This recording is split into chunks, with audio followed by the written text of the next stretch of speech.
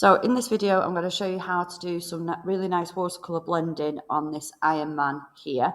You're going to need a couple of different size brushes, but both being very small, your watercolour tin lid, blue roll, water, and of course the watercolour paints. So again, we don't have to use the same colours as Iron Man, okay? You could do primary colours, the same as your last project, or you could switch this up and do just secondary colours on this one. And I think I'm going to do my secondary colours. It's very important when you're mixing your paints that with the water that you put it on your tin lid, okay? So then you can see what shade that is. And that's a nice mid blue. But what I want to start with is a lighter blue. So I'm going to add some more water and a bit of the paint. And the reason why we like to do light to dark with the watercolour is because you can always add more, but it's really difficult to take it off the page. Hold your brush at the tip where the metal bit is and make sure you're doing your outlining first with the tip of your brush. Now this line here, the temptation would be to kind of go that way. But if you look, 90% of my bristles are actually outside of the shape there. So that's going to go outside the line. So my top tip is to turn your page around, okay, and keep your bristles of the brush inside that shape, okay. Turn your page all the time and then fill the middle in.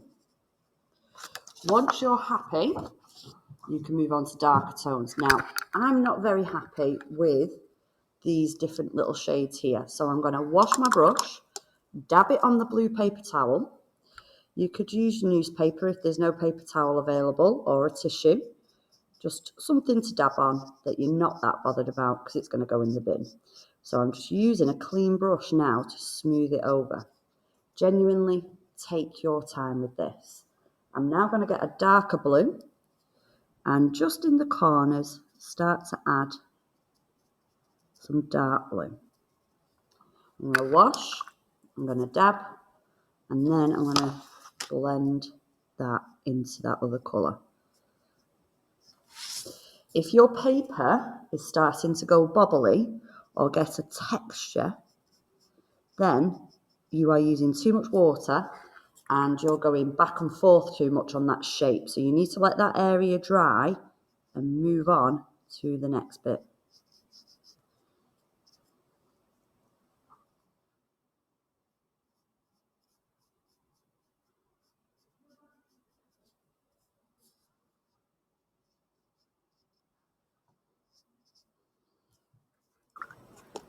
And what I'm going to do is start to add some purple into there because I want to do a lot more with the secondary colours this time.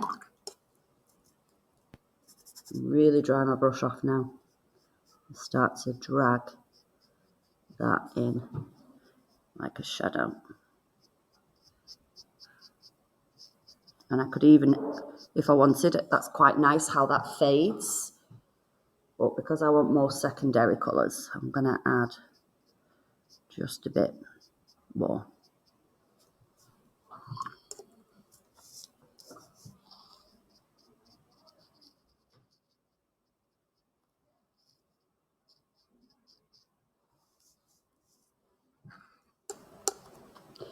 That shape is very wet, so I'm not going to do any other shapes that touch that. I'm going to let that dry. So I'm going to actually skip this shape here and the eyes and go to this bit of the face now.